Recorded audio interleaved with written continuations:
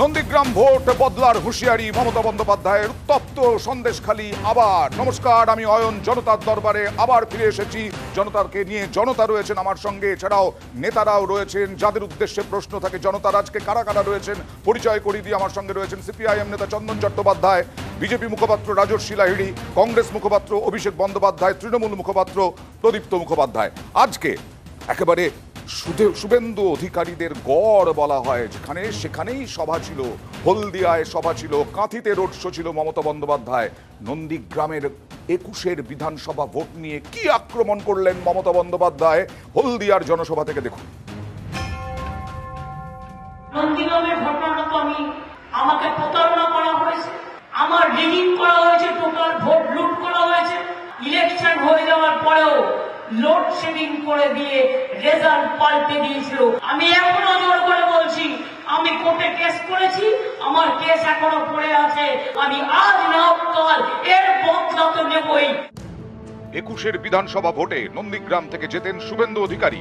এ নিয়ে 24 ভোটের প্রচারে মমতা বন্দ্যোপাধ্যায়ের সুর সপ্তমে। নন্দীগ্রামের ঘটনাটা তো আমাকে প্রতারণা করা হয়েছে, আমার রিগিং করা হয়েছে, টোটাল ভোট লুট করা হয়েছে। ইলেকশন হয়ে যাওয়ার পরেও লোডশেডিং করে দিয়ে রেজাল্ট পাল্টে দিয়েছিল। আমি এখনো জোর করে বলছি, আমি কোর্টে কেস করেছি, আমার কেস এখনো পড়ে আছে। আমি আজ না কাল এর বদলা তো নেবই, কারণ ওটা কিন্তু নন্দীগ্রামের মানুষের রায় নয়। পূর্ব মেদিনীপুর জেলায় 2টি লোকসভা আসন, তমলুক ও কাঁথি। বৃহস্পতিবার তমলুক লোকসভার অন্তর্গত হলদিয়ায় সভা করেন মমতা। এই পূর্ব মেদিনীপুরে একসময় তৃণমূলের সংগঠনের দায়িত্বে ছিলেন শুভেন্দু অধিকারী। সেই শুভেন্দু এখন বিজেপি বিধায়ক, রাজ্যের বিরোধী দলনেতা। এদিন তার নাম না করে বারবার সুর চড়ান মমতা বন্দ্যোপাধ্যায়। এখানে যারা গদ্দারি করেছে তৃণমূলের সাথে, তৃণমূলের খেয়ে দিয়ে লুট করে, আমরাও জানতে পারিনি। চিরকালে বিজেপি থাকবে না, চিরকাল সিবিআই কোলে রেখে দেবে না, চিরকাল ইপিআই কোলে রেখে দেবে না, চিরকাল ইনকাম ট্যাক্স কোলে রেখে দেবে না। গদ্দাররা এটাকে দখল করেছে, এই দখল থেকে মুক্ত করুন তমলুককে, মুক্ত করুন, মুক্ত করুন, মুক্ত করুন। যখন টিচারদের চাকরি গেল, তার কদিন আগে একজন বাবু বললেন বোমা ফাটাবো বোমা। আমরা ভাবলাম কোথা থেকে বোমা গুলি টুলি কিনেছে হয়তো। বোমা বলে কিনা 26,000 ছেলে মেয়ের চাকরি ছাটাই। এই 26,000 ছেলে মেয়ে মুখ খুলছে না, পাঁচে শক্তিটা বেরিয়ে পড়ে। কার কাছ থেকে কে কত নিয়েছেন তারা যদি একবার বলে দেয়, মেদিনীপুরে কিন্তু সংখ্যা সবচেয়ে বেশি। একদিন না একদিন তো বেরোবে, কিছু না, চুপচাপ আমায় বলে দেবেন। আমি আপনাদের চাকরিও যাবে না, আপনাদের কোনো ক্ষতিও হবে না, আমি ক্ষতি করতে দেবো না। বাপ্পাটা তো ছিল, কোন কাজটা করেছে 10 বছর? আমাদের মন্ত্রী হিসেবে যতদিন ছিল যা পেরেছে তা করে খেয়েছে, লুটে নিয়েছে। শুনুন এ আমার চেনা আছে, যখন তৃণমূল কংগ্রেস তৈরি করি সেদিন ইলেকশনে এখানে পঞ্চায়েতে দাঁড়িয়েছিল অখিলগিরি, ওনারা নয় গদ্দারও। আমার হাত দিয়ে যেবার আগে অনেকবার ইলেকশনে হেরেছে। মনে পড়ে লড়াইয়ের সময় ব্যাপারটা কোথায় ছিলেন? 15 দিন বাড়ির থেকে ভয়ে বেরোননি। আর আমি এখনো চ্যালেঞ্জ করে বলছি, সিপিএম এর সাথে আন্ডারস্ট্যান্ডিং করে আপনারা নন্দীগ্রামে এই গণহত্যা ঘটিয়েছিলেন। একদিন না একদিন তা প্রমাণ হবে, এবং সিপিএম এর যারা বেঁচে আছে লুকিয়ে লুকিয়ে জিজ্ঞেস করবেন, তারা সমস্ত ঘটনা বলে দেবে। আর সেদিন আমি না থাকলে নন্দীগ্রাম থাকতো না। আজকে খুব গালাগালি করেছে হলদিয়ায় আমাকে গদ্দার বাবু। কালকে উত্তর দেব সন্ধ্যা 7টায় হলদিয়ার দুর্গাচকে। এখানে কিছু বলবো না, ধরে ধরে উত্তর দেব। আপনার মুখ আর মুখোশ সবাই জানে। নিউজ 18 বাংলা। প্রদীপ্ত মুখোপাধ্যায়ের কাছে যাব। সন্ধ্যে 7টা বাজতে আর 23 ঘন্টা বাকি। কাল সন্ধ্যে 7টায় ধরে ধরে উত্তর। তৃণমূলের হাসি মুখ না টেনশন? তার আগে না আমি মুখ আর মুখোশটা দেখে ফেললাম এই মাত্র। আমার মানে ভিজুয়ালসটা যে করেছেন তাকে ধন্যবাদ। একবার মুখ দেখালো, একবার ব্যাক দেখালো, এবং ব্যাক থেকে দেখিয়ে বুঝিয়ে দিল মুখ আর মুখোশ কোনটা। এই শুভেন্দু অধিকারী, যে শুভেন্দু অধিকারী 19 সালে বলছে মোদি হাটাও দেশ বাঁচাও, 20 সালে বলছে মোদি হাটাও দেশ বাঁচাও, জানুয়ারি 14ই মার্চ 2016 যাকে মানে ওদের 6 নম্বর মুরলীধর দেন থেকে, যেখানে দিলীপ ঘোষের ঘর ভেঙে গেছে, এখন তো এইখানে চলে এসছে আর কি, সেইখান থেকে বলে দিচ্ছে শুভেন্দু অধিকারী চোর। আমরা বলছি চোর না, আমরা তখন বলেছি চোর না, আমরা প্রমাণ করার চেষ্টা করেছি। আজকে বলুক শুভেন্দু অধিকারী চোর কি চোর না, বলুক, তাহলে ওদের কথা বলতে হবে। বিরোধী দলনেতা বিজেপির রাজস্বী লাহিড়ী বলবেন যে চোর? হ্যাঁ, এইটাই তো প্রশ্ন, এইখানেই তো প্রশ্ন। তাহলে ওই সময় ওরা ভুল অভিযোগ করেছিল, বলুক। আচ্ছা, বলুক তাহলে ভুল অভিযোগ করেছিল। আচ্ছা, কোন দিকে যাবে এখন তোমরাও আবার শুভেন্দু অধিকারীর নামে দুর্নীতির অভিযোগ এই যে মমতা বন্দ্যোপাধ্যায় করলেন। রাজস্বী? মমতা বন্দ্যোপাধ্যায় বললেন মুক্ত করো মুক্ত করো। গণনাট্য সঙ্গের আইপিটি এর ওপেনিং সেরিমনির গান জ্যোতিরিন্দ্র মৈত্রের লেখা ছিল, এসো মুক্ত করো অন্ধকারের এই দ্বার। যাই হোক, মমতা বন্দ্যোপাধ্যায় এখন সিপিএম এর গান গাইছেন, খুব ভালো কথা। 2002 সাল নরেন্দ্র মোদী গুজরাটের মুখ্যমন্ত্রী যখন হলেন, আবার নির্বাচিত হয়ে 2 সালের পরে মমতা বন্দ্যোপাধ্যায় প্রথম ফুলের তোড়াটা মমতা বন্দ্যোপাধ্যায় পাঠিয়েছিলেন। কেন পাঠিয়েছিলেন, কি কারণে? এতই যদি মোদীকে অপছন্দ ছিল তখন কেন মোদীকে পাঠালেন? 2024 সালের মধ্যে তো অনেক আকাশ পাতাল না, পার্থক্য। আকাশ পাতাল তফাৎ কিছু নয়, ধান্দাবাজি, আচ্ছা। অপরচুনিস্ট, আচ্ছা। দ্য বিগেস্ট তখন যদি ওরা জানতে পারতো তাহলে এখন কেন? ভারতবর্ষের মধ্যে যদি কেউ থেকে থাকে তার নাম হচ্ছে মমতা বন্দ্যোপাধ্যায়। এবং যিনি এখন তালি বাজালেন 2002 সালে, এখন তালি বাজালেন 2009, কিন্তু 8-এর পঞ্চায়েত, 9-এর নির্বাচন জোট তারা তালি বাজিয়েই করেছিল। তার কাছে পরে আসবো, তবে প্রদীপ্তর কাছে আসবো। কিন্তু চন্দনদাকে আমার কথা হচ্ছে, মমতা বন্দ্যোপাধ্যায় বললেন তো সিপিআইএম মিলে নন্দীগ্রামের এই অবস্থা করেছিল। দেখুন, এই অন্ধকারের বাজারে আপনাকে 3টে শব্দ, যা মুখ্যমন্ত্রী নিজের শব্দ, কোট আন কোট, আজ না হোক কাল। সত্যি তো, আজ না হোক কাল তো এটা প্রমাণ হবেই যে নন্দীগ্রামের শিশুগুলোর পা নাকি চিরে নদীর জলে ভাসিয়ে দেওয়া হয়েছিল। তাদের মা, ভাই, বোন, জ্যাঠা, কাকা কেউ নেই, কেউ এফআইআর করলেন না, কমিশন হলো না, কারুর শাস্তি হলো না। মুখ্যমন্ত্রী তো মমতা বন্দ্যোপাধ্যায়। সত্যি তো, আজ না হোক কাল মেয়েদের অঙ্গ কেটে ভাসিয়ে দেওয়া হয়েছিল। এই চক্রান্ত সেদিনকে শুভেন্দু আর মমতা ব্যানার্জি মিলে, দুজনে মিলেই তো করেছিলেন। দ্বিতীয়, তৃণমূলের খেয়ে দিয়ে লুট করে।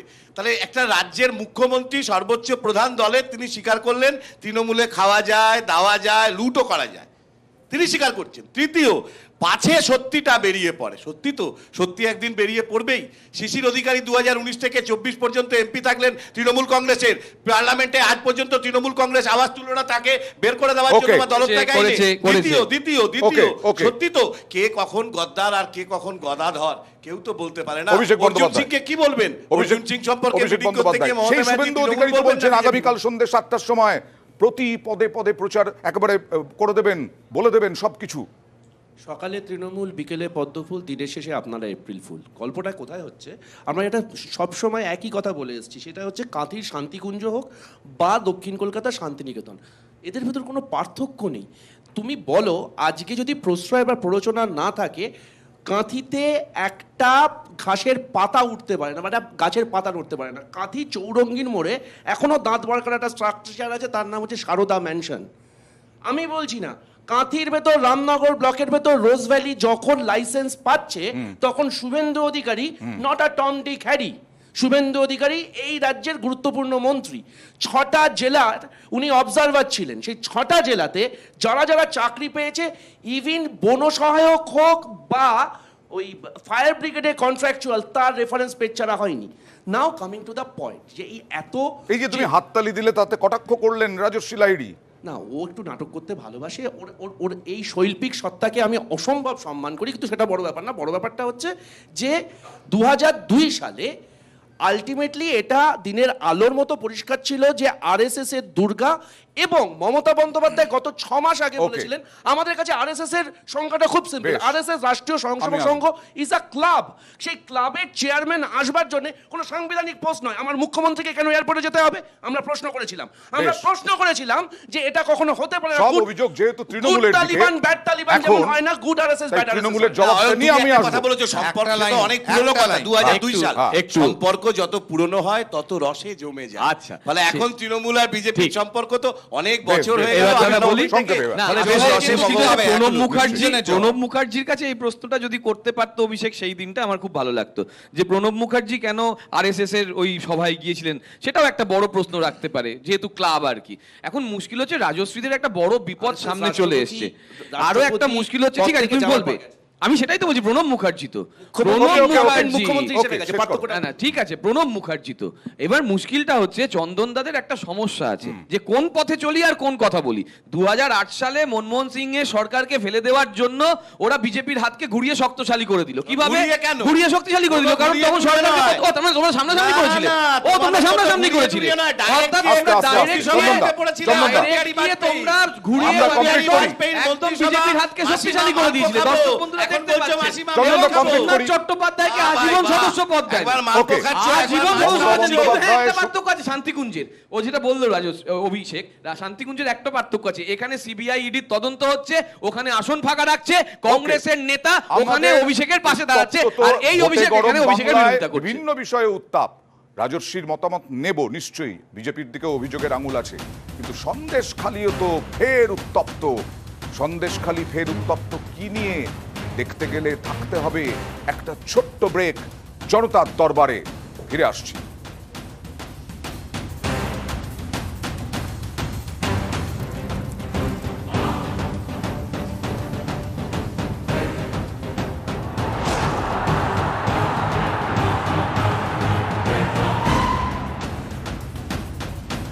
জনতার দরবারে উঠে এলো নন্দীগ্রাম বদলা, ভোট বদলা হুঁশিয়ারি মমতা বন্দ্যোপাধ্যায়। তা নিয়ে তর্ক বিতর্ক, রাজর্ষী লাইডির কাছে যাবো, কারণ আক্রমণ পাল্টা আক্রমণ সবই তো হলো, কিন্তু এই যে বদলার হুঁশিয়ারি, রাজর্ষী বদলা নেওয়া হবে। মমতা বন্দ্যোপাধ্যায় বদলার কথা বলবেন, এটা তো খুব স্বাভাবিক ব্যাপার, উনার কথাবার্তার মধ্যেই আছে কারণ সেটা। নন্দীগ্রামের মানুষের ভোট পড়েনি। দেখুন, তাই আমি বললেন। প্রথম কথা বলছি, একটা বিল্ডিংয়ে 4টে অ্যাসেম্বলি কনস্টিটিউয়েন্সির ভোট কাউন্টিং হয়েছে। সেখানে দাঁড়িয়ে তৃণমূল 2টো অ্যাসেম্বলি কনস্টিটিউয়েন্সি জিতেছে, বিজেপি 2টো জিতেছে।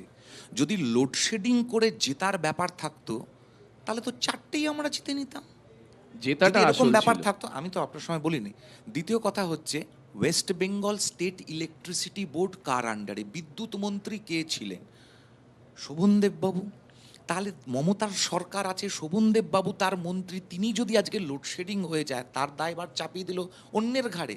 মানে নাচতে না জানলে এটা তো উঠোন 2021 সাল থেকে তাহলে এটা কেস টার্গেট চলছে করে কেন? আসছে তৃণমূল কংগ্রেস। কেসটা মমতা বন্দ্যোপাধ্যায় করতেই পারেন, তাহলে কেসটা এবং আগে সার্বভৌম কেন নেই বলেই তো দেখালো মমতা যে বন্দ্যোপাধ্যায় জিতে যদি গিয়েছে উদ্দেশ্য মমতা সঠিক থাকতো, বন্দ্যোপাধ্যায়। যদি আমি আজকে ক্যান্ডিডেট হয়ে মনে পুরো করতাম যে গণমাধ্যম আমাকে আজকে বলেছিল যে লোডশেডিং মমতা করে হারানো বন্দ্যোপাধ্যায় হয়েছে, জিতেছে। আজকে হাইকোর্ট বারংবার যদি দেখালো। মামলা হয়েছে, তো হাইকোর্ট কোনো রকম ইয়ে নিচ্ছে না কেন? উনি রেজিস্ট্রারকে কটা চিঠি লিখেছেন যে মামলাটাকে ওকে, ত্বরান্বিত করা হোক? ওকে, তার কেন মধ্যেও সুপ্রিম কটাক্ষ কোর্টে শুনতে যাচ্ছে না যে হচ্ছে অবিলম্বে এটা রাজস্বীকে ফয়লা হোক? বিভিন্নভাবে কেন আমি এখনো একটা পর্যন্ত শুধু কথা বলে একদম দিতে চাই। শেষ, সব বলে Please। দিচ্ছি। অভিষেক বন্দ্যোপাধ্যায় তো অনেক কথা বললেন, অভিষেক দা, তো উনি কি এই গৌরব বল্লভ, সুনীল জাকারে যে লাইন দিয়ে কংগ্রেসের নেতারা, পাঞ্জাব, দিল্লির চিফ, উত্তরপ্রদেশ, মধ্যপ্রদেশ, তারা যে লাইন দিয়ে সব বিজেপিতে চলে গেলেন, ওই আজকে পদ্মফুল, বিকেলে Okay. তৃণমূল বললেন, Okay. সেটা আমি যাই না। Okay. আর একটা কথা যাও, বলে দিই। বাংলার ক্লাব বাইরে বলে বিজেপি গেল, বেরোলো। শেষ করো, please। ক্লাব বলে গেল, সংক্ষেপে। বিজেপি এই বাংলার ক্লাবকে বাইরে বেরোলো জওহরলাল তাহলে। নেহরু এবং পণ্ডিত এবং লাল বাহাদুর শাস্ত্রীজি 62 যুদ্ধে এবং 65 যুদ্ধে ভারতীয় সেনাকে এই হেল্প করার উত্তাপ জন্য তো থাকবেই, ডেকেছিলেন এই এবং উত্তাপ থাকবে, আগামী দিনে রিপাবলিকানদের আরো পরাগ বাড়বে। করার জন্য মেদিনীপুরে ডেকেছিলেন। ইলেকশনের আগে কিন্তু উত্তাপ কি নিয়ে? সন্দেশখালি, আবার সন্দেশখালি উত্তপ্ত। ধর্ষণের চেষ্টার অভিযোগ এবং 2 তৃণমূল নেতার বিরুদ্ধে এফআইআর করল পুলিশ অভিযোগ দায়েরের পর। দেখুন ঘটনাটা। এবছরের শুরু থেকে সন্দেশখালি সরগরম। নারী নির্যাতন সহ একাধিক অভিযোগ, দফায় দফায় বিক্ষোভ, আগুন, ভাঙচুর। সেই সন্দেশখালিতে ফের ধর্ষণের চেষ্টার অভিযোগ।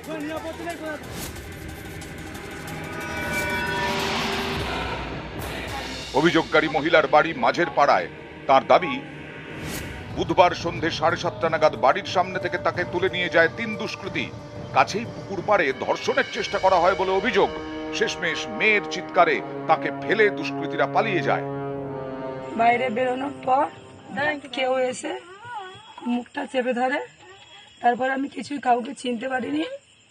না চিনতে পারার পর আমাকে টানতে টানতে নিয়ে গেছে, নিয়ে আমাদের মাঠের অফ সাইডে ঘেরির আমাদের ওইখানে যখন আমার মেয়ে মা মা করে ডাকছে তখন মুখটা বেঁধে দিয়ে ওইখানে কুকুর চেঁচামেচি করছে, তখন আমাকে ওইখানে ফেলে দিয়েছে। অভিযোগকারীর এও দাবি, সন্দেশখালীতে ওঠা যাবতীয় অভিযোগ মিথ্যে বলে বলার জন্য চাপ দেওয়া হয়।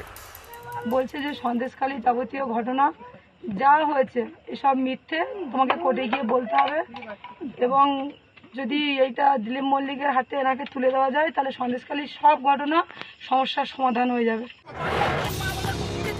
সন্দেশখালী বসিরহাট লোকসভার অন্তর্গত। বুধবার রাতেই মহিলাকে নিয়ে থানায় যান বসিরহাটের বিজেপি প্রার্থী রেখা পাত্র। সেখানে রণংদেহী রেখা। আপনি শঙ্কর রায় চৌধুরী সহ কয়েকটা অফিসার নিয়ে আমার বাড়িতেও দিনের পর দিন রাতের পর রাত আমাকে তোলার প্ল্যান করেছিলেন। একদম মিথ্যা তবে না, আপনারা থাকতে গেলে এরকম হয় কি করে? আপনারাই করছেন, কেন করলেন? থানায় অজ্ঞাত পরিচয় 3 দুষ্কৃতী স্থানীয় তৃণমূল নেতা দিলীপ মল্লিক ও তার সাকরেদ সৈকত দাস ওরফে পিকায়ের বিরুদ্ধে অভিযোগ দায়ের করেন মহিলা। তাঁর অভিযোগের ভিত্তিতে ধর্ষণের চেষ্টা অস্ত্র আইনে মামলা রুজু করেছে পুলিশ। 3 জন উঠিয়ে নিয়ে গেছিলেন মুখ হাত বেঁধে, সেই তারা যে ফোন করেছিলেন যে দুজনের কাছে, সেই দুজনের নাম বলতে পারবো, দিলীপ মল্লিক আর পিকাই ডাক নাম, ওনার নাম সৈকত দাস। দেখুন, আমাদের তো রাজ্যের পুলিশের উপর ভরসা নেই, কিন্তু আমাদের যেহেতু এখন রাজ্যের পুলিশের কাছে এফআইআরটা জমা দিতেই হবে। আমি সম্পূর্ণ নির্দোষী, আমি চক্রান্তের শিকার। যখন দৈহিকভাবে আক্রমণ করে মারতে পারলো না, যাই ঘটনা ঘটুক না কেন তার সঙ্গে নামটা যদি দিয়ে দেওয়া যায়, তাহলে যদি হাজত বাস করিয়ে দেওয়া যায়, তাহলে মাঠটা পরিষ্কার হয়ে যায়। তৃণমূলের নেতা এই দিলীপ মল্লিক ও তার ঘনিষ্ঠ বলে পরিচিত সৈকত ওরফে পিকায়ের বিরুদ্ধে এর আগেও অভিযোগ তোলেন বিজেপির অর্চনা মজুমদার। সাদা রঙের একটা স্করপিও, তাতে করে দিলীপ মল্লিক এবং পিকাই আমাদের সাগরিকা পাত্র ওকে জোর করে তুলে নিয়ে চলে যায়। ড্রাইভার বলছে তাকে 20,000 টাকা জোর করে দেওয়া হয়, তাকে বলা হয় শুধু সামান্য আমরা যেটুকু বলবো তুমি সেটুকু বলবে। আমরা অ্যাপ্রিহেন্ড করছি, একে দিয়ে আবার কিছু মিথ্যা বয়ান লিখিয়ে সাগরিকাকে মিথ্যা প্রতিপন্ন করার চেষ্টা করছে। অতি সত্বর তারা এরকম একটা ভিডিও প্রকাশ করে আবার মানুষকে দিশাহারা করে তুলবে। 12ই মে অর্চনা এই অভিযোগ করেন। সেদিনই দুপুরে সন্দেশখালীতে ধুন্ধুমার হয়। তৃণমূল বিধায়কের সামনেই তৃণমূল নেতাকর্মীদের মারধর করা হয়। মার খান দিলীপ মল্লিকও। শেষমেশ পুলিশের সাহায্যে এলাকা ছাড়েন দিলীপ এবং তৃণমূলের বিধায়ক সুকুমার মাহাতো। এবার দিলীপ মল্লিক সহ একাধিক ব্যক্তির বিরুদ্ধে ধর্ষণের চেষ্টার অভিযোগ দায়ের। এতেই ভোটের বাজারে নতুন করে সন্দেশখালী উত্তপ্ত। মহিলারা যে রাত জাগছেন, বাস্তব পরিস্থিতিটা বাইরে থেকে বোঝা যাচ্ছে না কেন রাত জাগছেন। মহিলারাও সুরক্ষিত নন, পুরুষরাও সুরক্ষিত নন, মহিলাদেরকে তুলে নিয়ে যাওয়া হচ্ছে। প্রতিবাদী মহিলা বলেই আমার সন্দেহ হচ্ছে। পুলিশকে বলবো সঠিক কমপ্লেন নাও, অন্যায় কেউ করে থাকে তাকে অ্যারেস্ট করে সাজা দেওয়াটাও কোর্টের কাজ, আর মিথ্যে কমপ্লেন করাটাও আইনত অন্যায়, সেটাও সাজা দেওয়া কোর্টের কাজ। নিউজ 18 বাংলা। জনতার দরবারে ফরম্যাট অনুযায়ী এবার জনতার প্রশ্নে চলে যাব। প্রথম প্রশ্ন তৃণমূলের উদ্দেশ্যে, প্রদীপ্ত মুখোপাধ্যায়। আমার প্রশ্ন তৃণমূলের বিরুদ্ধে। তৃণমূলকে 2 তৃণমূল নেতার বিরুদ্ধে অভিযোগ, কি বলবেন? না, আমি বলবো সব রেখা সরল রেখা হয় না। যে রেখার মাধ্যমে এটা চলছে, যে রেখার দিকে যে যাচ্ছে, তার মধ্যে সরলীকরণ করলে অত সহজে রেখাপাত তুমি করতে পারবে না। মুশকিলটা হচ্ছে যে আমাদের রাজনৈতিক যে বাকবিতণ্ডা চলছে, তার মধ্যে কতগুলো জিনিস মিসিং লিঙ্ক তোমাকে খুঁজতে হবে। মহিলাদের জন্য সব থেকে ক্ষমতায়ন করেছেন মমতা বন্দ্যোপাধ্যায়। আমি জানি না তুমি স্কুলে বা কলেজে পড়ো কিনা, যদি তুমি কলেজে পড়ো তাহলে 25,000 টাকা তুমি পাবে। এর মাধ্যমে শুধুমাত্র তোমার কম বয়সে বিবাহ আটকানোর একটা যেমন জায়গা তৈরি হয়েছে, তেমনি তোমার যে ভবিষ্যৎটা সেটাও সুরক্ষিত করা হচ্ছে। ফলে এই জায়গাটা, এই যে যাচ্ছে তো যথেষ্ট ভাই যাচ্ছে দাদা, তোমরা যেটা বিজেপিকে শক্ত করছো সেটা বোঝা যাচ্ছে। তোমরা যে বিজেপির হাতটাকে এভাবেই শক্ত করছো সেটাই পরিষ্কার হয়ে যাচ্ছে। তার কারণ বাংলার বাচ্চা যথেষ্ট সুরক্ষিত, আগের মতন হয় না যে এরকম হয়েই যায়। ধানতলা তো হয় না। ওকে, বিজেপির কাছে প্রশ্ন রাজর্ষি লাহিড়ীর কাছে। জ্যোতি বসু। আমার প্রশ্ন বিজেপির কি এবার সন্দেশখালী সেরা অস্ত্র? দেখুন, এই যে এতগুলো কথা বলা হচ্ছে, যেখানে বলা হচ্ছে সবকিছু মিথ্যা সাজানো ঘটনা, চলুন এক মুহূর্তের জন্য মনে করে নি সবটা সাজানো ঘটনা। কিন্তু তাহলে পরে আপনি বলুন তো, মমতা বন্দ্যোপাধ্যায় অ্যাসেম্বলিতে দাঁড়িয়ে এবং বিভিন্ন তাদের পথসভায় তিনি বক্তব্য রাখছেন। সন্দেশখালিতে একটা ঘটনা ঘটেছিল, পুলিশ অ্যারেস্ট করে নিয়েছে, আমরা ব্যাপারটা দেখে নিয়েছি। ব্যারাকপুরের আজকে তৃণমূলের এমপি পার্থ ভৌমিক ঢোল করতাল বাজালেন সন্দেশখালিতে গিয়ে, এবং তার সঙ্গে সুজিত বসু সল্টলেকের নেতা, মন্ত্রী, দমকল মন্ত্রী নাকি আছেন, তিনি দুজনে মিলে তারা বলছেন, তাদের ভিডিও আপনারা প্রত্যেকে দেখেছেন, বলছেন যেটা হয়ে গেছে আমরা তো সেটা ফেরত দিতে পারবো না, আগামী দিনে যাতে না হয় তাহলে যাতে। এই প্রশ্ন হচ্ছে, তাহলে মমতা বন্দ্যোপাধ্যায়ের সরকার জমিটা কাকে ফেরত দিল, কেন ফেরত দিল? আর পুলিশ সন্দেশখালির রাস্তায় রাস্তায় মোড়ে মোড়ে টেবিল পেতে কাদের কমপ্লেন নেওয়ার জন্য বসলো?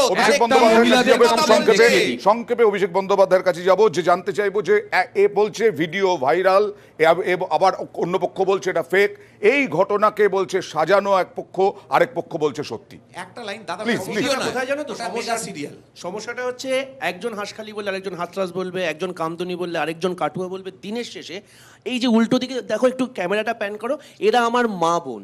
এই সন্দেশখালী রেখাপাত্র হোক বা রাজভবনের সেই মহিলা যাকে সেই অস্থায়ী কর্মী, একটা অভিযোগ এসছে, সেই অভিযোগটার লেজিটিমেসি চেক করার দায়িত্ব না তোমার, না ও, না রাজস্বী, না কারোর।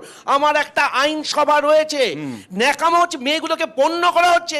তো এখানে দাঁড়িয়ে আমার মহানাগরিক বলছে যে আমার তো প্রতিবাদীর সত্তা নিয়ে আপত্তি আছে, এটা নাকি 2000 টাকা বিক্রি হচ্ছে। 2000 হোক, 2 লাখ হোক, নিশ্চয়ই অভিজিৎ গাঙ্গুলির বক্তব্যটা তোমরা শুনিয়েছো। অভিজিৎ গাঙ্গুলি যখন বলছে যে আমি একটা ছোট্ট ব্রেকের সময় হয়ে গেছে, তর্ক বিতর্ক চলতেই থাকবে।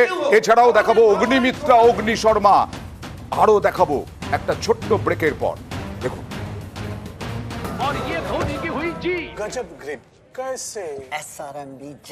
SRMB TMT बार की विंग ग्रिप टेक्नोलॉजी सीमेंट के साथ बनाए मजबूत पकड़। Grip is important.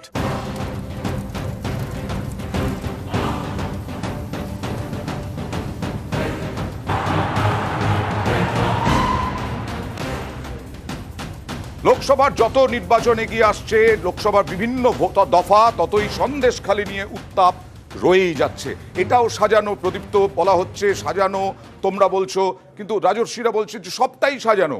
সাজানোটা কতটা আমি জাস্ট নিজে কিছু বলবো না, 18 সেকেন্ডের একটা ভয়েস শুনিয়ে দেবো। তুমি কত টাকায় বিক্রি হও? তুমি কত টাকায় বিক্রি হও?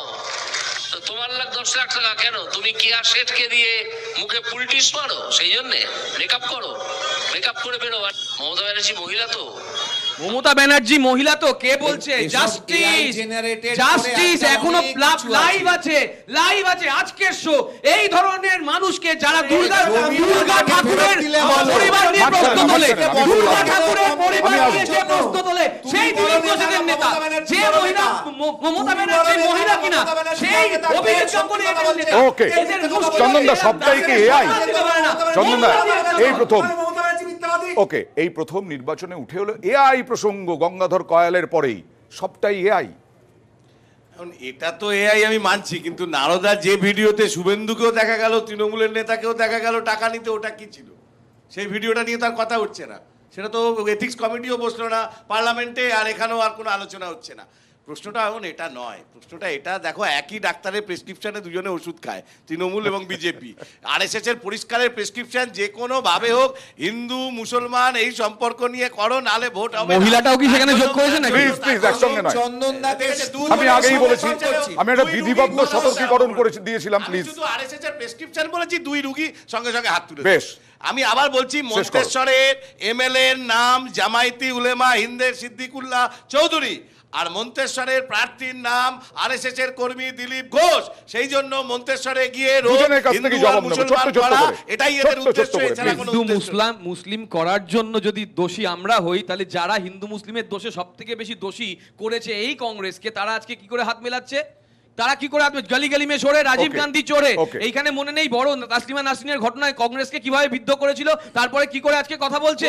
কংগ্রেস প্রতিদিন এটাই বলে, এটার থেকে তোমরা কি কি মানুষকে কি বোঝাতে চাইবে? মুসলমান প্রসঙ্গ কে টেনে এনেছে? সিপিএম কে টানতে হয়েছে, তাই জন্য এদের নেতা মোহাম্মদ সেলিমকে মুর্শিদাবাদে গিয়ে প্রার্থী হতে হয়েছে।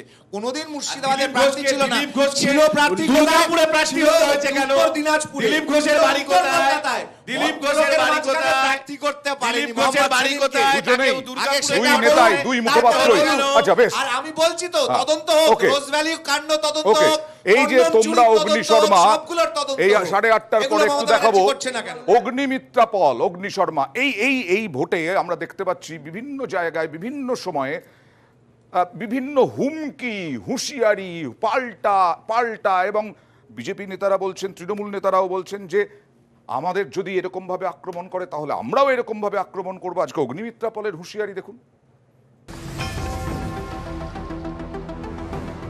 আগে আমার সাথে কথা বলতে হবে, তারপর আপনার গায়ে হাত পড়বে, তারপর দেখছি কে আগুন জ্বালিয়ে রেখে দেবো। আসানসোল দক্ষিণের বিধায়ক অগ্নিমিত্রা পল, এবার তাকেই মেদিনীপুর লোকসভা আসনে প্রার্থী করেছে বিজেপি।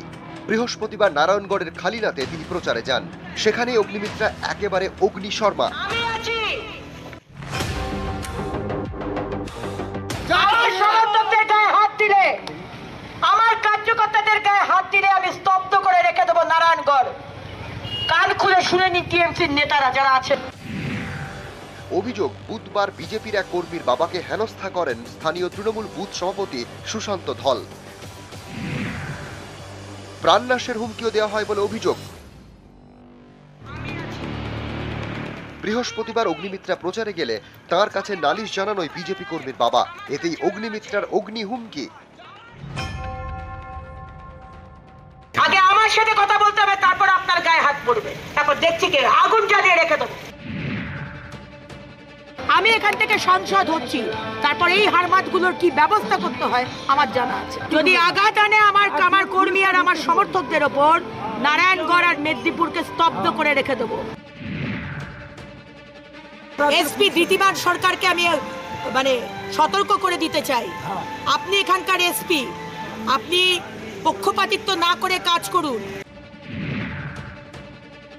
প্রতিটি জায়গায় যাচ্ছে, লোকজন তো পাচ্ছে না, যার ফলে অগ্নিমিত্রা পলের মাথা খারাপ হয়ে গেছে। ওর কথায় আমরা কোনো রকম প্ররোচিত হই না এবং আমাদের ছেলেদের প্ররোচিত হতে আমরা দেই না। হতাশাগ্রস্ত হয়ে এই সমস্ত কথাবার্তা বলছি। নিউজ 18 বাংলা। অগ্নিমিত্রা, অগ্নি শর্মা, হুঙ্কার, হুঁশিয়ারি। জনতার প্রশ্ন, বিজেপির উদ্দেশ্যে আপনার প্রশ্ন প্লিজ। আমার প্রশ্ন বিজেপিকে, আপনাদের দলের প্রার্থী আগুন জ্বালিয়ে দেওয়ার কথা বলছেন, পুলিশকে বারবার হুমকি দিচ্ছেন, মেদিনীপুর আসন নিয়ে কি আপনারা চাপে আছেন? পুলিশ যদি দলদাসের কাজ করে তাহলে পরে সেখানে দাঁড়িয়ে পুলিশের সঙ্গে তো চোখে চোখ রেখে কথা বলতেই হবে। কৃষ্ণনগরে নির্বাচন করে আসছে অয়নদা, পলাশ প্রকাশ 24-25 নম্বর ওয়ার্ডের কাউন্সিলর কৃষ্ণনগর মিউনিসিপ্যালিটির, 250 ছেলে নিয়ে ভোটের দিনকে গোটা কৃষ্ণনগর ঘুরে বেড়াচ্ছে। আগের দিন রাত্রিবেলা 50টা বাইক নিয়ে শহরের মধ্যে হু হা করে মানুষকে ভয় দেখানোর চেষ্টা চলছে। সেখানে দাঁড়িয়ে পুলিশকে রিপিটেডলি যখন বলা হচ্ছে বেজিখালির গ্যাস গোডাউনে এরা শেল্টার নিয়ে বসে আছে, আপনারা অ্যাকশন নিন, এসপি থেকে আরম্ভ করে আইসি কেউ কোনো অ্যাকশন নিচ্ছে না। নাকাশিপাড়ার থানার আইসি, যার বাবা তৃণমূলের কাউন্সিলর কলকাতা শহরের, এই বিধাননগরের খুব সম্ভবত, তিনি দাঁড়িয়ে থেকে সেখানে তাকে এজেন্ট বার করে দেওয়া হচ্ছে, বিজেপির এজেন্টকে, তিনি সেখানে চুপচাপ দাঁড়িয়ে দেখছেন।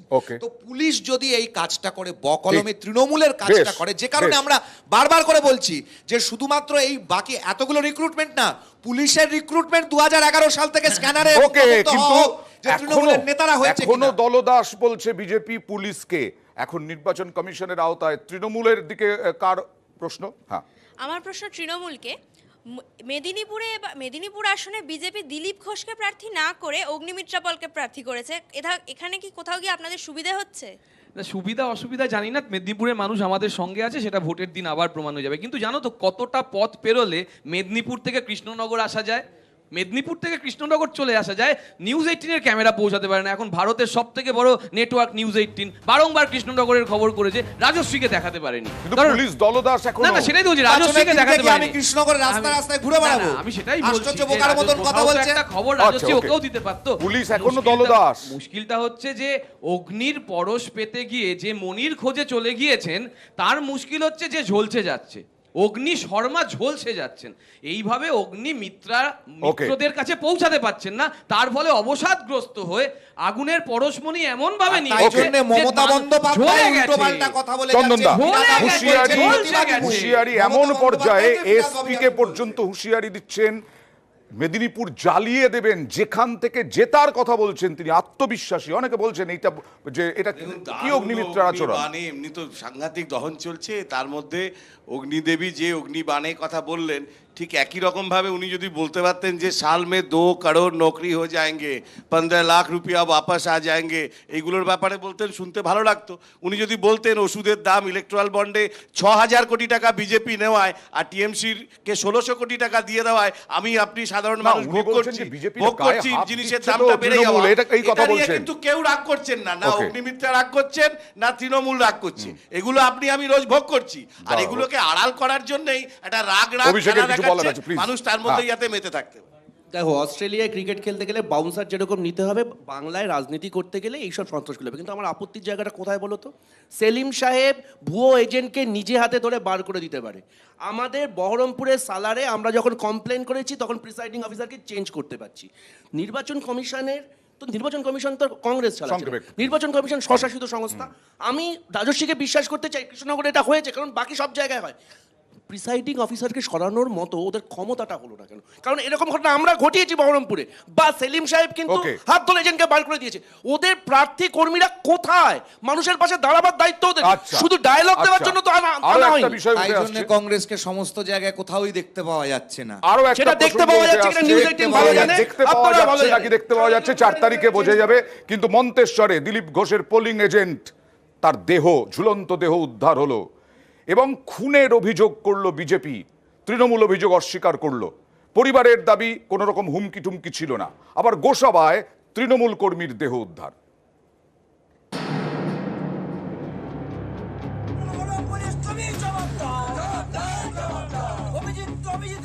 সোমবার ভোটের দিন বিজেপির এজেন্ট হয়ে বুথে বসেছিলেন। বৃহস্পতিবার সকালে তাঁরই ঝুলন্ত দেহ উদ্ধার। এ নিয়ে জোর চাঞ্চল্য পূর্ব বর্ধমান জেলার মন্তেশ্বরে। মৃত বিজেপি নেতার নাম অভিজিৎ রায়। 36 বছরের এই বিজেপি নেতা মন্তেশ্বরের সেলিয়ার বাসিন্দা। বিজেপির বুথ সভাপতির দায়িত্বে ছিলেন। এবার ভোটে বর্ধমান দুর্গাপুরের বিজেপি প্রার্থী দিলীপ ঘোষের পোলিং এজেন্ট হন। এই বিজেপি নেতারই ঝুলন্ত দেহ উদ্ধার। মন্তেশ্বরে বাড়ি লাগোয়া গোয়ালঘরের কাছে এদিন দেহ উদ্ধার হয়।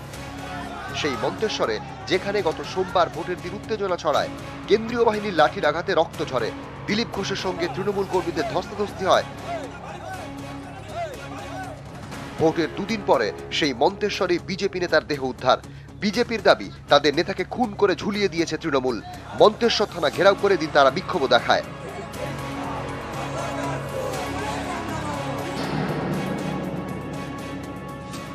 আমাদের জামলা অঞ্চলের 168 নম্বর বুথের সভাপতি অভিজিৎ রায়কে নৃশংসভাবে মেরে ঝুলিয়ে দেওয়া হয়েছে এবং এটা আমরা 100% শাসক দলের মদতে এইসব ঘটনা হয়েছে। ভোটের একদিন আগেও তারা হুমকি দিয়েছে।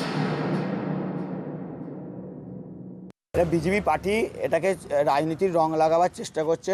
পারিবারিক অশান্তি হয়েছে, উনি মদ খেয়েছিলেন, হ্যাঁ, সেই জন্য পারিবারিক অশান্তির কারণে উনি আত্মহত্যা করেছেন। মিথ্যা অভিযোগ করছে, রাজনীতির রং লাগাবার, তৃণমূল কংগ্রেসের নামে মিথ্যা বদনাম করার চেষ্টা করছে, ভোট পরবর্তী একটা হিংসা ছড়াবার চেষ্টা করছে।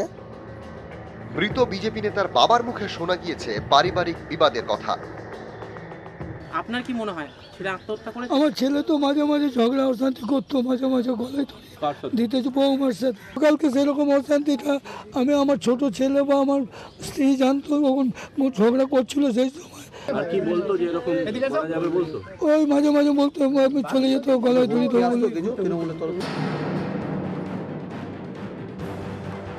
দক্ষিণ 24 পরগনার গোসাবায় আবার তৃণমূল কর্মীর ঝুলন্ত দেহ উদ্ধার। মৃতের নাম তাপস বৈদ্য। বাড়ির পাশের বাগান থেকে দিন তাঁর দেহ উদ্ধার হয়। পরিবারের দাবি তাপসের স্ত্রীর সঙ্গে স্থানীয় তৃণমূল নেতার বিবাহ বহির্ভূত সম্পর্ক ছিল। এ নিয়েই টানাপোড়েন, সেই থেকেই খুন। এই একটা অবৈধ সম্পর্ক নিয়ে এত দূর ঘটনাটা ঘটে গেছে যে সুভাষ মণ্ডল ওই রাত্রি এসে মেরে গলায় দড়ি দিয়ে, জাম গাছের দড়িটা দিয়ে ওরা পালিয়ে গিয়েছে। সেও তৃণমূলের, আমরাও সবাই তৃণমূল করি। ছেলে স্বীকার পেয়েছে যে সুভাষ মণ্ডল মেরে গাছে ঝুলে দিয়েছে, ফাঁসির বদলে আমরা ফাঁসি চাই। তৃণমূলের তরফ থেকে পঞ্চায়েত সমিতির সদস্য আছেন, এরা 3 জনে মিলে মেরে ওনাকে ঝুলিয়ে দিয়েছে। এবার 2 জনকে অ্যারেস্ট করা হয়েছে, আর একজন পালিয়ে গেছে। পোস্টমর্টমে ডেড বডি পাঠানো হচ্ছে, তারপরে বোঝা যাবে যে অ্যাকচুয়াল ঘটনাটা কি আছে। এটা কোনো রাজনৈতিক ঘটনা এখনো পর্যন্ত পাওয়া যায়নি। নবকুমার রায় এবং অনুপ বিশ্বাস, নিউজ 18 বাংলা। পুলিশ বা পরিবার রাজনৈতিক ঘটনার কথা অস্বীকার করলেও দলগুলো কিন্তু ছাড়ছে না রাজনৈতিক প্রলেপ লাগাতে। আর এবার দেখাবো, দেখুন এই যে খুন নাকি অভিযোগ, খুনের অভিযোগ, তার সঙ্গে হুঁশিয়ারি যেটা বলছিলাম, আজকে শাসন যেখানে বামেদের ব্যাপক প্রভাব প্রতিপত্তি ছিল, সেই শাসনে আজকে উত্তাল হলো শাসন। নওশাদ সিদ্দিকী পুলিশকে গিয়ে দালাল বললেন, সেই নিয়ে তুমুল তর্কাতর্কি। দেখুন। আপনি দালাল, আপনার কাজ আমাকে বলার এখানে দালাল জন্য দালাল কর দালাল বলেন চাই কুছ করনে তো কাজগুলো মার খেয়ে পড়ে গেছে ওদের অ্যারেস্ট হয়েছে।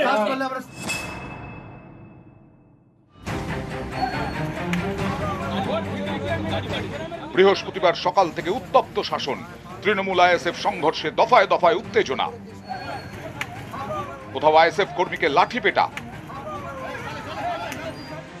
কোথাও আবার তৃণমূলের অফিসে হামলা ভাঙচুর। এদিন সকালে দলীয় পতাকা টাঙানো নিয়ে উত্তেজনা ছড়ায় শাসনের বাকুন্ডায়, আইএসএফ কর্মীদের মারধর করা হয়। টিএমসির পুরো নেতৃত্ব আমাদের উপরে হামলা চালায় এবং ব্যাপক মারধর করে। আমাদের 3 থেকে 4 জন আক্রান্ত হয়েছে। শিমুলগাছির কতগুলো গুন্ডা হারমাত মা বোনেদের সামনে গালি দিতে আসছে, ঘোষপাড়া সাধারণ মানুষ রুখে দাঁড়াবে নাকি তাদের কাছে রসগোল্লা ছুড়ে দেবে? শাসনের পলতাডাঙ্গাতেও এদিন সংঘর্ষে জড়ায় তৃণমূল আইএসএফ, দু দলেরই কয়েকজন জখম হন। কত ধরে মারধর করেছে? কারা কারা? টিএমসি মেয়েদিন লোকের ছবি ছিল 73, ওরা ছেলে সবগুলো থেকে লাঠি দিয়ে কোদাল দিয়ে মারধর করেছে, ইটপাটকেল সুশীলভাবে কাজ করলে তাহলে আমিনপুরে ঝামেলাটা হবে না। আমাদের শাসন অঞ্চলের কনভেনার তিনি ফিরে যাচ্ছিলেন, তার উপরে অতর্কিতভাবে হামলা করেছে এবং আমাদের কর্মীদের উপর মারধর করেছে। তৃণমূলের বিরুদ্ধে হামলার অভিযোগ তুলে বিক্ষোভ শুরু করে আইএসএফ।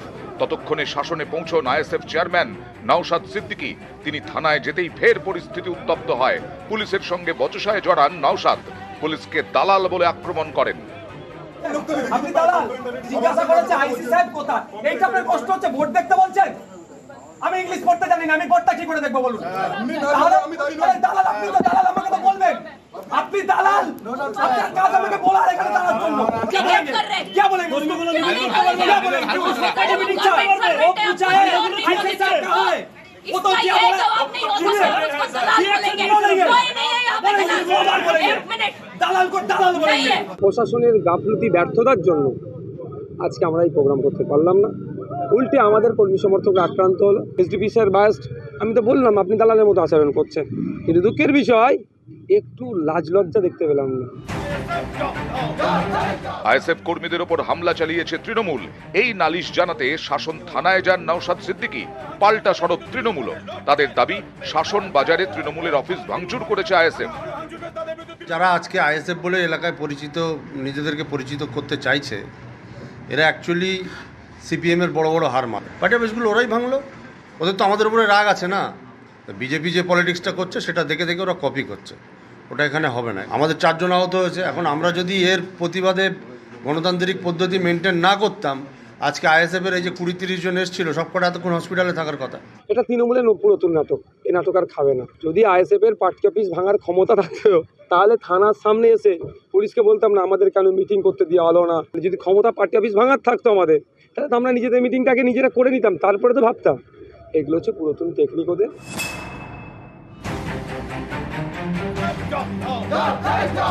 উত্তর 24 পরগনার শাসন, বিধানসভা কেন্দ্র হাড়োয়া, লোকসভা কেন্দ্র বসিরহাট। 1 জুন শেষ দফায় শাসনে ভোট, তার আগে এদিন শাসনে অশান্তি, রাজনৈতিক ক্ষমতা দখলের লড়াই। একসময় এই শাসনে ছিল সিপিআইএম এর শাসন। শাসন বলতেই উঠে আসতো মজিদ মাস্টারের নাম। 2011-এ রাজ্যে পালা বদলের পর শাসনে তৃণমূলের দাপট। বাম আমল হোক বা এই আমল, বারবার উত্তপ্ত হয়েছে শাসন।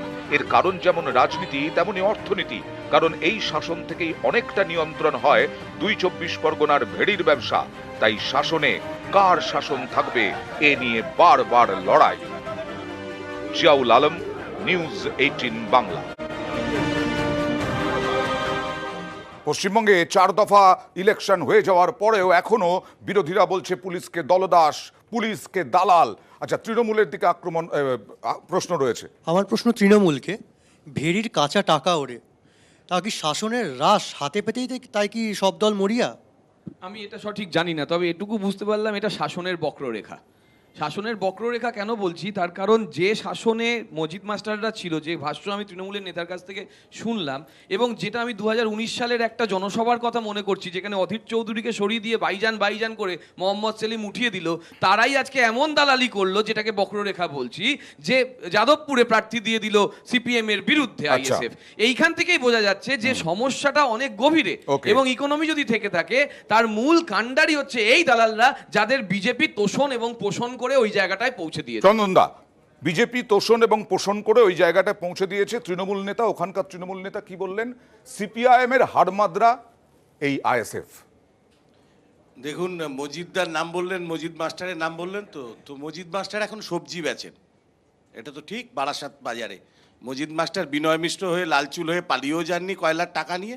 মজিদ মাস্টার অর্জুন সিং হয়ে বিজেপিতে নামও লেখাননি। মজিদ মাস্টার ওই উত্তর 24 পরগনাতেই থাকেন, বারাসাতেই থাকেন, আলু কুমড়ো ঝিঙে বিক্রি করেন।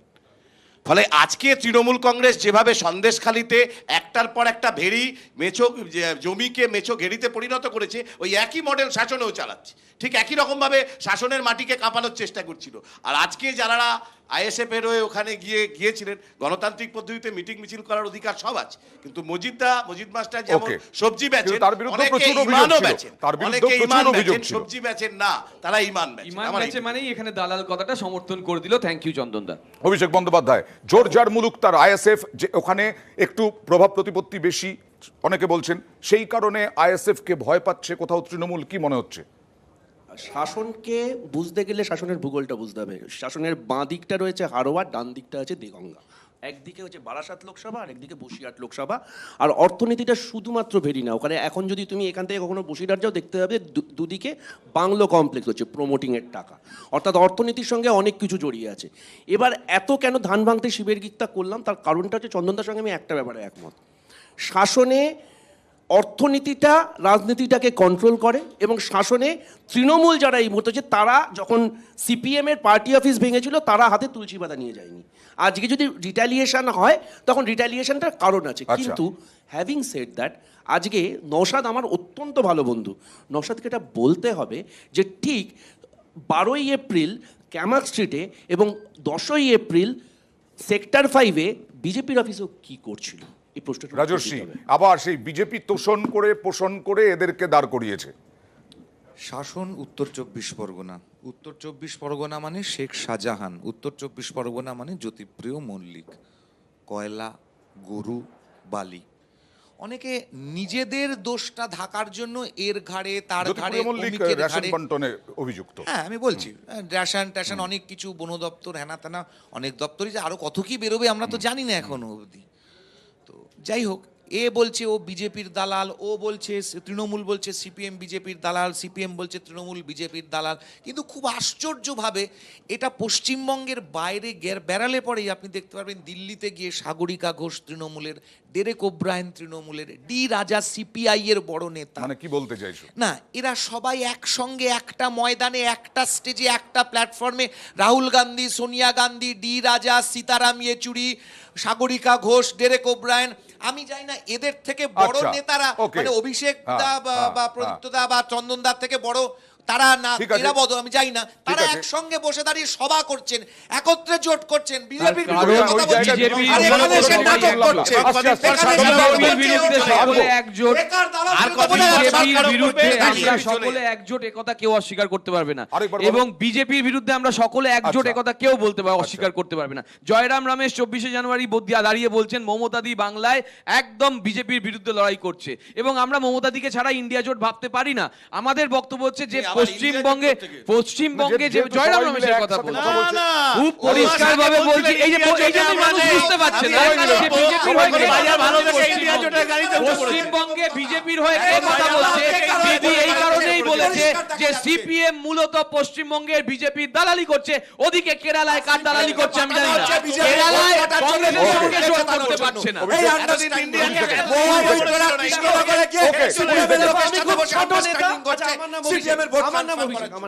আচ্ছা, আমি খুব ছোট নেতা, দেখো আমি আজ অব্দি এরকম কখনো দেখিনি। উত্তর কলকাতার এখন যিনি বিজেপি প্রার্থী, তিনি সেখানে দাঁড়িয়ে বললেন যে উত্তর কলকাতা থেকে বিজেপির দুটো ক্যান্ডিডেট, একটা অফিসিয়াল বিজেপি ক্যান্ডিডেট, আরেকটা ক্যান্ডিডেট হচ্ছে সুদীপ বন্দ্যোপাধ্যায়, যিনি তৃণমূলের টিকিটে আসে, এবং এর প্রতিবাদে উনি বিজেপিতে চলে গেলেন। তুমি এরকম কোনোদিন দেখেছো যে তুমি বলছো যে ও হচ্ছে চোর, কিন্তু তার সঙ্গে তার প্রতিবাদে তুমি ওর মতো চলে? আরে গোটা তৃণমূলটাই তো তাহলে যেটা বলা হয়, রাজনৈতিক বিশ্লেষকরা বলেন এ রাজ্যে কুস্তি, জাতীয় ক্ষেত্রে দোস্তি, এই শাসন থেকে চলে গেলেন দিল্লি সবাই মিলে রাজনৈতিক নেতারা। এটাই অদ্ভুত দেখলাম। 4 জুন কি হবে, এর থেকে বেরোবে কিনা, এই বিষয়টা উঠে আসবে কিনা, সে তো এখনো অপেক্ষায়। কিন্তু জনতার দরবার আর সময় নেই, শেষ করছি। জনতার নেতা সবাইকে ধন্যবাদ আজকে উপস্থিত হওয়ার জন্য। আবার মঙ্গলবার জনতার দরবার।